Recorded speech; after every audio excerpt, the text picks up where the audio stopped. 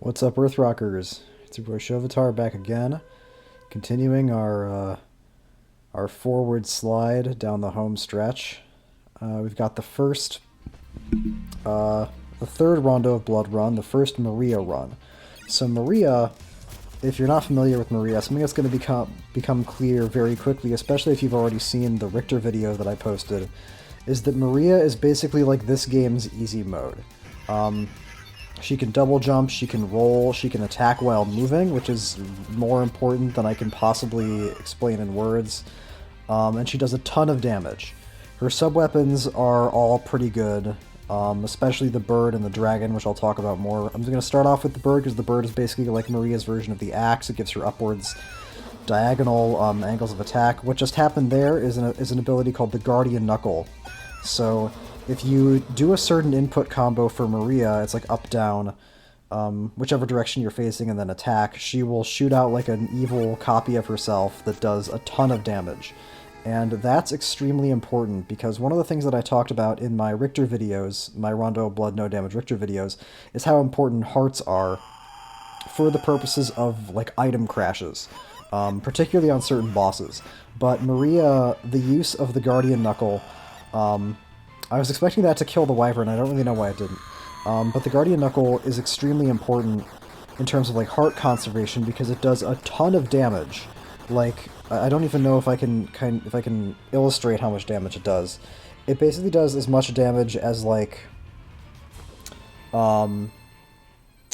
it does like 2 dragons worth of damage, and a dragon is like maybe 3 or 4 regular attacks. It does a ton of damage, and it's absolutely free. It doesn't cost any hearts at all.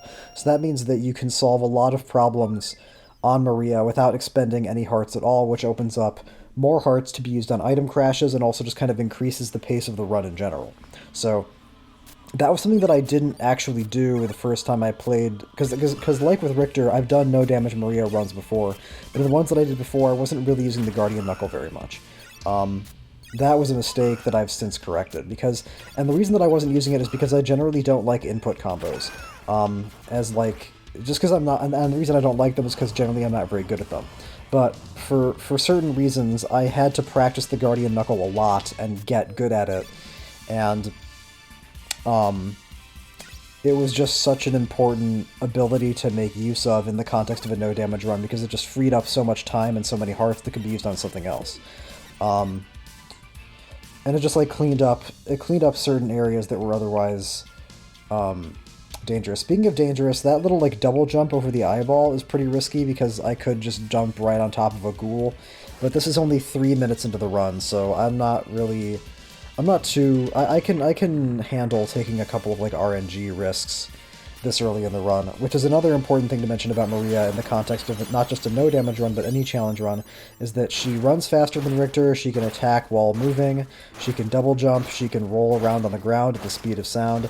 Like, everything Maria does is really, really fast, which means that attempts can be done more quickly, so you can get more attempts in when you fuck up. As I anticipated, the Maria run was a lot easier than the Richter run, although not as much easier as I was expecting for the main route, which is what this is. There are a couple of things on the main route that can still trip Maria up, even as powerful as she is, even with all of her tools. But so far, that's not going to be evident in the first 2 levels. The first 2 levels are generally pretty smooth. Sometimes, like, I didn't really get the perfectly clean Wyvern kill that I wanted, but that's not a reset failure. That's just a failure of the footage isn't going to turn out exactly the way that I want it to. So much like with Richter, my strategy on the werewolf is basically not to fight him at all and to just kill him with an item crash. The dragon is a really interesting sub-weapon for Maria. Every use of the dragon costs 5 hearts, and the dragon's item crash costs 50 hearts, which is a ton, but it's worth it because, as you can see, the werewolf is going to die in a single item crash, and that's why it's 50 hearts, because it can literally, like, one-shot bosses. Well, not literally one-shot, but one item crash will kill a boss. So that's a tool that you don't want to give the player. You don't want to let the player do that too often. And I don't know, actually, if I hold on to the dragon for this next part. I don't exactly remember. I think I do? I guess we'll find out. But the only reason I'm saying that is because the dragon is just a really interesting sub-weapon in a lot of different ways. Like I said a minute ago, it costs 5 hearts to use it normally, and the normal use of the dragon just like shoots a big projectile. But no, I'm dropping it for the birds. Okay. That's interesting. I picked up the dragon just for the item crash. I actually didn't remember that I do that. So yeah, the Guardian Knuckle is the kind of thing, yeah, you can just run through, they can just jump through the floor. That's another thing that makes Maria run so much faster, is that she is faster, and then also her extra movement abilities let her take a lot of shortcuts that Richter just can't take. Sorry, I'm trying to like, this is a little bit scattered. So this part right here is RNG, as you can see. That guy almost landed right on top of me, but I rolled out from under him. I don't bother fighting the turrets because that room is full of skeletons that are swinging in on bone ropes randomly and can just drop right on top of you. The smartest play is to just get out of there as quickly as you possibly can. Unlike with Richter, I couldn't really come up with a good way to kill these hunchbacks as soon as they're visible, so I just like play around them pretty cautiously. The birds are, I would say, probably Maria's best sub-weapon. The thing about the dragon is really good, but the dragon is also kind of prohibitively expensive in that every use of it costs 5 hearts. I guess I'd say they're kind of like tied. They're both equally good. The other two sub-weapons for Maria that you're not going to see at all are the cat, which runs along on the floor and costs, I think, 3 hearts per uses, because it can impact like things 3 times before it goes away. And then the turtle, which makes her invulnerable, but makes it so she can't move. And then there's like a music box item, which is just like terrible, that I can't figure out why it exists.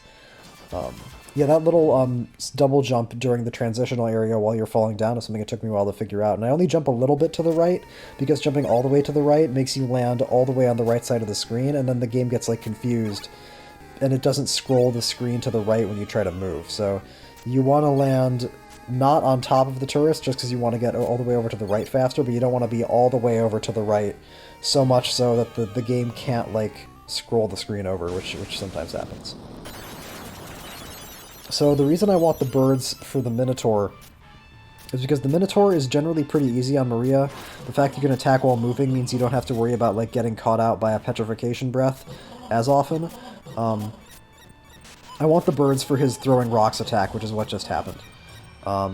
You can use either the birds or the dragon to intercept that, but the birds are a lot cheaper. They're only 1 heart per usage instead of 5. And here I don't have to use a fucking item crash to avoid taking damage from his final attack the way that I do on Richter, because she can just double jump over it. I probably don't have to do that on Richter either, but it was something that I did just because I couldn't figure out the timing for dodging it otherwise. Yeah, once I was comfortable with the Guardian Knuckle, I found a lot of different places to use it. You'll notice earlier on the stage I was using it to kill the Spear Knights, and then I think I'm going to use it a couple times here to kill some Axe Knights.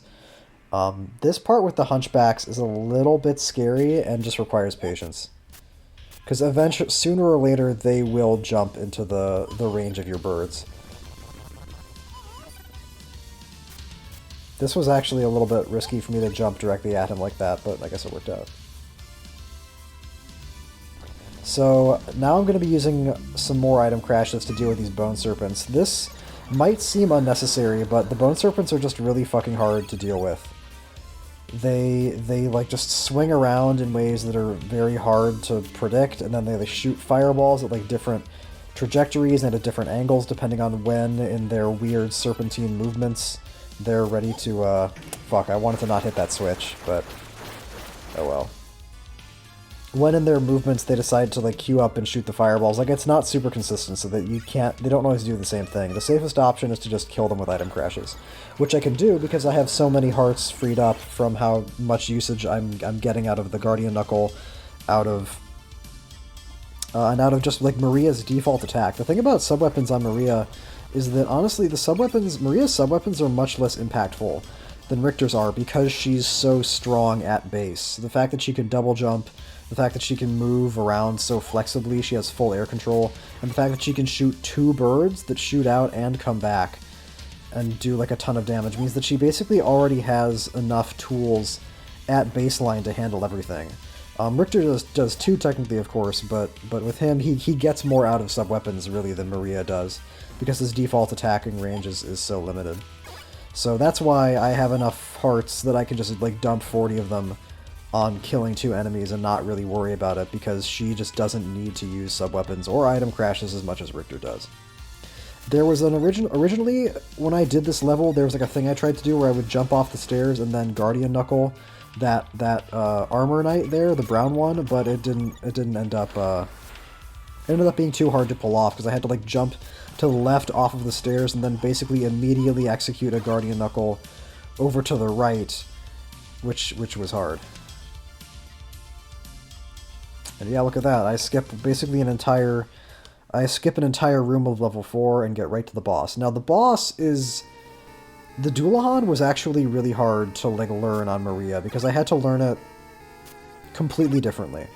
The Dullahan on Richter is basically all about doing enough damage to him so that he doesn't do the attacks that you don't want him to do. Basically, you have to like be careful about how much damage you deal to him. And originally, my strat for the Dullahan was to use Guardian Knuckles to hit him, but that ended up being too risky actually because I had to do a lot of them in succession to hit him and then also to dodge the lance thrust, because like if she's just standing up straight, the lance will hit her, but if she's in the Guardian Knuckle animation, it will not, which is important. So like I had to execute a lot of Guardian Knuckles quickly in a row, and that just ended up being too risky and too inconsistent. It made more sense to just play it as patiently as possible, because with Richter, like, you really don't want the Dullahan to do the attack where he throws his head at you, because that's actually kind of tricky to dodge. You have to like jump up on platforms and then like backflip over it, or like juke it somehow. But really, the thing about the Dullahan is that there's nothing the Dullahan can do that Maria can't deal with. Like if he shoots ice spikes, you can get away from him so quickly that it's not like a problem. If he jumps, you can just roll right under him. You don't have to like react immediately. And then if he throws his head at you, you can just double jump over that too. So it's just never really that big of a deal. So that little maneuver there was something that I learned from watching a speedrun. Because I did watch speedruns of Rondo of Blood when I was like preparing for this run, because I just anticipated so many things that could go wrong with a Rondo of Blood no damage, because there's so much variability and because the combat is generally pretty hectic. Something that I didn't make clear enough, I think, in my first 2 videos was that Rondo of Blood is very, very easy to, or not very, very easy, but relatively easy to know death, but way, way harder to know damage. I would say out of all the games that I've no damaged, Rondo has the largest gap in difficulty between the no death and the no damage. There's a couple ways to kill the painting here. You can actually kill him by like shooting the red birds up at him and then also somehow hitting him with the white birds at the same time. Like that's what the speedrun does to kill him super fast, but I have no idea how that works, so I just Guardian Knuckle him. So I'm not using the dragon yet, and so I held onto the birds for the Minotaur, and then I think I wanted the birds, for the item crash in level 4. Now I want the birds to deal with these birds in level 5. Because just like with Richter, these guys are so finicky and like hard to deal with, and I just don't want to deal with them. I don't want to take the risk of giving them any opportunity to get towards me. As soon as they spawn, I'm taking them down. And there, I was trying to like drop down in that little thin area of the platform because I wasn't sure if I could or not, because there were 5 hearts down there that I could maybe have used. I'm not picking... Oh, no, I know what I'm doing. So I go all the way up there first because there's a dagger, or there are birds in that torch. And if you hit a torch that has a sub-weapon you already have in it, you get 5 hearts instead. So I go up there while I still have the birds to get the 5 hearts out of that torch. Then I go back down and I get the dragon, because I have a very specific strat for the Grim Reaper, which involves taking advantage of what I was talking about before, where if like you land on a spot all the way over on the right and the game like doesn't expect you to be there, I won't scroll the screen over properly. Here it works out really well because it means that you can basically stand at the very edge of the screen and always see where the Grim Reaper is. And here he just goes down in four dragons. It's really, really clean. That's another trick I learned from speedrunning, although the speedrunners actually go all the way over to the left. But I couldn't get that to work as consistently. It was just too hard to tell where the Grim Reaper was. If you're over on the right and you double jump right at the start, he'll kind of always take the same diagonal downwards path in front of you, so you'll like always see him. And then phase 2 just takes a single Guardian Knuckle to clean up. What's funny is that the Guardian Knuckle does damage in like 3 ticks, And what happened there is that he gets hit by the first tick of the Guardian Knuckle and then shuffles forward into the second tick. So, greatly simplifies what's otherwise honestly a pretty hairy part of the fight. You just have to hit that, and you don't even have to perfectly hit that knuckle either. Like, you can fuck that up once, I think, before he gets close enough to swing a scythe at you, and you're okay. So, it's really just that one knuckle that you have to hit. And here we are in the cutscene. First cutscene of this run. Maria doesn't have her own prologue. She doesn't have her own like intro cutscene or anything. And of course, I don't have to rescue Maria from level 2 because she doesn't have to rescue herself. She's already been rescued.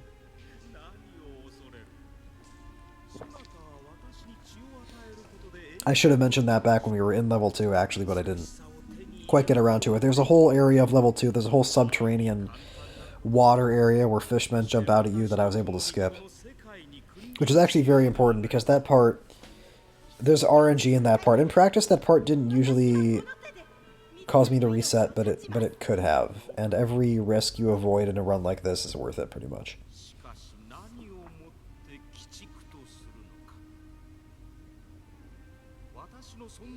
And you might be wondering, why not item crash on death? Like, why not just use the dragon item crash to kill Death the way you killed the werewolf? Because Death is actually kind of problematic if you don't get that really clean kill at the very start, because you can summon scythes randomly, they move in weird trajectories, they can just catch you off guard. It's because when the Grim Reaper takes damage, as you saw in that footage, he like, jerks up into the air. So if I tried to dragon item crash phase 1 of the Grim Reaper, number one, it wouldn't even work, because he'd get knocked off screen too many times to take all the damage he would need to die. And number two, it would be 30 more hearts than I would have to spend because I can just kill him in 4 dragons. Anyway, the sitting all the way at the edge of the screen with the dragon strat, just shooting dragons at him, does mean that the scythe spawns have to be kind of nice to you, because if you summon scythes in the wrong spot and they come at you at the wrong angle, you can get put in this situation where you either have to jump over them or try to intercept them with birds, or like duck and shoot bursts, intercept them, or like shoot an extra dragon to try to intercept them. That's very tempting to do, and I kind of had to force myself not to do that and just sort of accept that I only want to spend the 4 dragons and I don't want to oh Jesus, this is so bad. Yeah, I don't know, my movement in this for like area before the boss rush is usually pretty smooth, but there I fucked up. So I want the dragon for the boss rush, and I don't remember if I item crash here or not. I'm pretty sure I don't. Let's find out. So the boss rush is going to be solved so much by Guardian Knuckle. Guardian Knuckle makes everything so much easier. I fucked up that one, though. What I wanted to do there was Guardian Knuckle him once, then Guardian Knuckle him a second time, like jump to the right, then Guardian Knuckle to the left, which is actually easier than it sounds. But the timing is pretty tight on it, so I just kind of fucked it up there. But fortunately, because Maria is so evasive, I could just get away from him and finish him off later. So with Medusa Head, there's a way to kill her, I think, in only 2 knuckles. There I had to use 3 because she only got hit by the first tick by she didn't get hit by all 3 ticks both times, which is what it would take to kill her. And here with the mummy, I think I'm also gonna knuckle. So this is actually really important that unlike the bat, it's really, really important that I get those 2 knuckles, or those 3 knuckles to kill the mummy down. Because if he gets off his, like, bandage wrapping attack, then that's pretty hard to dodge, and I would have to, like, item crash. This is much simpler and much lower stakes. Just a nice, clean just a nice, clean Frankenstein kill. I could have fucked up that second knuckle, then it wouldn't have been the end of the world. It was really just the mummy that I absolutely had to get done cleanly, and that I was able to do. I do think there's a way to kill the mummy in 2 knuckles, and maybe I had to be further back, but it works the same either way. So with the shaft fight here, he's also going to go down in a couple of Guardian Knuckles. If he goes to the left, then I can get a really clean, really fast kill, because he always does the same thing. And that was a fucking beautiful shaft kill. Didn't have to worry about fucking lightning orbs, didn't have to worry about fire orbs, didn't have to worry about anything. If he teleports to the left first, you can do that every single time, you just have to hit the 3 knuckles. If he teleports to the right, you can still kill him really, really fast, basically not before he conjures the fire orbs, but before the fire orbs become a problem. And I'm going to wait to talk about that actually because you're going to see the not clean shaft kill in a different video that I post, because I still have a couple more Maria runs that I want to upload after this. So that was the boss rush with 0 hearts spent. And I think that's because I'm going to be using a lot of hearts on the Ghost of Shaft fight in level 7. So the Bat Bridge is actually also kind of RNG, because I don't always know if bats are going to spawn on the bridge, and if they do, where they're going to be. So I have to be constantly just watching the left edge of the screen, waiting if I see any hint of bats, and then going from there. Alright, I wanted the dragon to clear out this part, because the dragon is just really good at it. It might seem like the bird would do just as well there. Oh, this is really funny. I almost forget that I want to rescue Annette in this footage, so I almost walk down through like the gear room. It's because I think I was thinking about the harpies, and I forgot that I had to get this key to rescue Annette, which is the point of the point of the footage. So that would have been really bad. That would have been a reset, because you can't get back up once you jump down there. Yeah, I wanted the dragons to clear out the skeleton room, because it's just easier to do it. That was crazy. It's just easier to do it with the dragon. He's bigger, he's faster, you don't have to, like... And he just covers everything in front of you, because the dragon spawns above you and then zooms forward, which is actually, like, extremely important, the fact that it spawns above you and hits things above you. So, I could have... So I wanted the dragon for death, and then I wanted the dragon for that first room of the clock tower. I could have used birds, but the birds are just less consistent. And there's no point in taking an unnecessary risk this late in the run, especially because I can afford to use the hearts. Like, birds would be fewer hearts to take to clear out that room, but I have so many fucking hearts. I used 0 hearts on the boss rush, which was, I think, kind of a risky decision, because it did mean that my run was basically hinging on whether or not I could pull off the Guardian Knuckles on the mummy. Because I don't think I explained this clearly enough. If the mummy doesn't die fast enough, he gets off an attack that means that I basically can't dodge. I would have to, like, play it perfectly to avoid it. But I think I was thinking in the back of my head, well, if I fuck up the Knuckles and he gets off the attack, then I'll item crash. But, because an item crash would avoid the attack and solve that problem. But by not planning on item crashing, by planning on killing him with Guardian Knuckles instead, I gave myself a chance not to item crash. Which, an item crash there would be 50 fewer hearts than I have now. And I don't want that, because I think I want the dragon for the shaft fight. I honestly don't remember. We'll find out.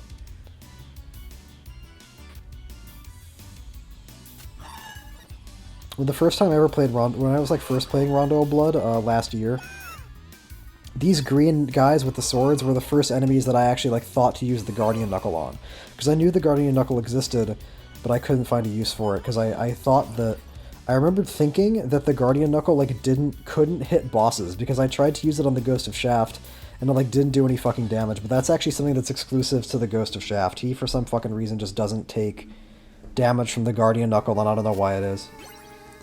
Oh, I do pick up the birds. Okay, so I wanted the dragon just for that bone guy on the platform, but now I want the birds. And I'm skipping a lot of hearts, which indicates to me that I was probably prepared. Like, I've skipped like 15 or 20 hearts that I could have gotten, like 3 or 4 different 5-heart drops, which says to me that I was probably ready to item crash on the mummy if I had fucked up the Guardian Knuckles. I just didn't fuck them up, which meant that I could save time. So I'm interested to see how I play this. Okay, I'm playing it pretty safe. That was really close. That bat almost hit me, but I don't know if I necessarily could have played that any better. Here, he just doesn't... I don't want him to summon the Wyvern, because the Wyvern summons random fire patches, but there, he just, like, didn't... I don't know. I was expecting him to move, but he didn't. What's funny about the Ghost of Shaft is that he doesn't... If you hit him with a regular melee attack, like if you hit him with a whip or a bird, then he bounces over to the other side of the arena, but if you hit him with a sub-weapon, he doesn't, and I don't know why. I guess to just give you an opportunity to rack up a lot of damage on him without him, like, jumping around all over the place. But the consequence of that is that I was putting a lot of damage into him on the right side, and I was kind of expecting him to move, but then he didn't, and then he summoned the Wyvern really fast, which just, like, threw me for a loop. So that fight didn't go exactly the way I wanted to, and I almost got clipped by a bat, but it all worked out in the end. And I want birds for the Dracula fight, too. Yeah, I've now skipped a ton of hearts. I think that was my plan, was, like, I would have item crashed the mummy as, like, a backup plan. So this is a really slow, really safe Dracula fight. There's some insane Dracula kills you can get here. You can kill them in like 4 cycles or 3 cycles if you play absolutely perfectly, because if you time it right, you can hit him with 2 sets of like double white birds and just do a ton of damage to him. I wasn't interested in that. I wanted to play this as safely as possible. I actually even had some extra... That was fucking really close. That was not safe at all. That was actually a bad decision. But I figured I had the extra hearts to item crash. I would just not even have to pass the magma ball check there, and I would just invuln through it, although it ultimately almost fucked me up. And then I kill phase 2 before he even does a single thing, which is perfectly safe and also very consistent. There's also that can also go like slow or fast, but it's very hard to fuck up like disastrously to the point that you're going to end up taking damage, which is what I'm concerned about.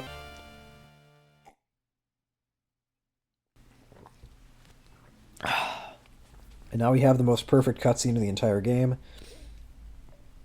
Yeah, item crashing to not get hit by the magma balls was something that I think...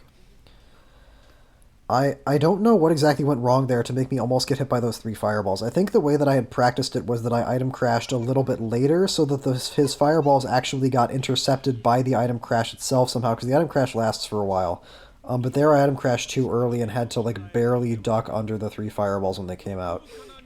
What I should have done there in retrospect was just not bother to try to do the item crash invulnerability at all. I should have just played it out normally, because it's not hard at all. You duck under a ball, then you jump over a ball. It's really not worth creating a big risk at the end of the run. But the thing is, I didn't know I was creating a risk. I thought I was eliminating a risk by making it so I didn't even have to duck or jump. I could just item crash.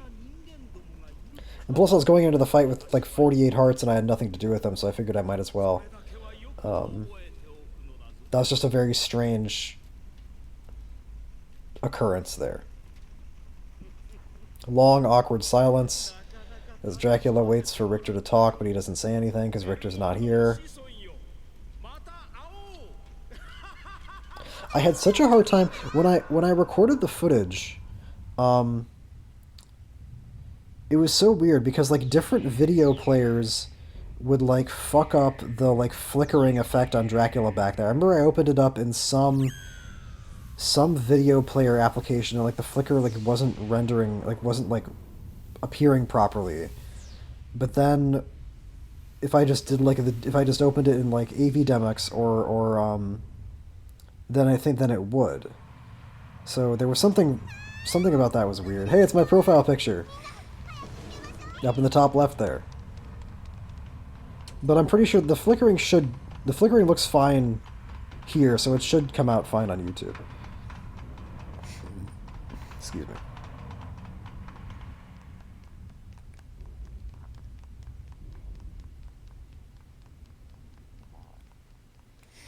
The turtle in his shell braced for impact, the cat always lands on its feet, and the castle's destroyed over a sunny field.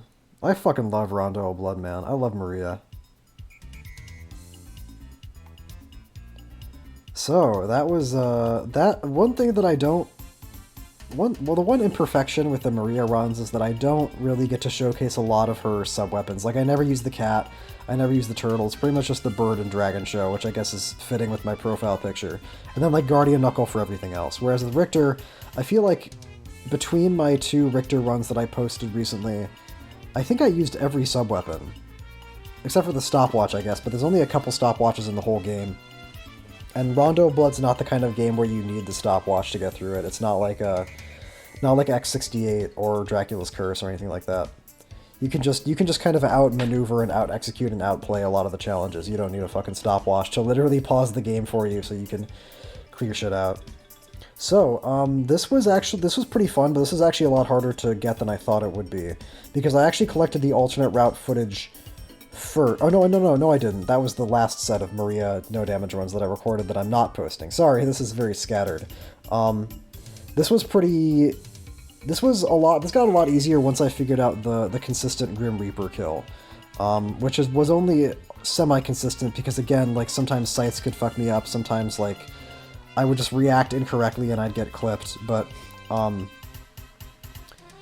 But that was really the only major point of failure in the whole run. Once I had it was the consistent death fight and then the consistent Doulahan fight, and then everything else was pretty much fine. Like, even the Harpies in the Clock Tower were pretty easy to deal with consistently, so those were the only two really major points of failure, and once I figured those out, it was all smooth from here. I have one more Maria video coming up pretty soon, a couple more actually. Keep your eyes peeled for that. Keep on Earth rocking. Look out behind you!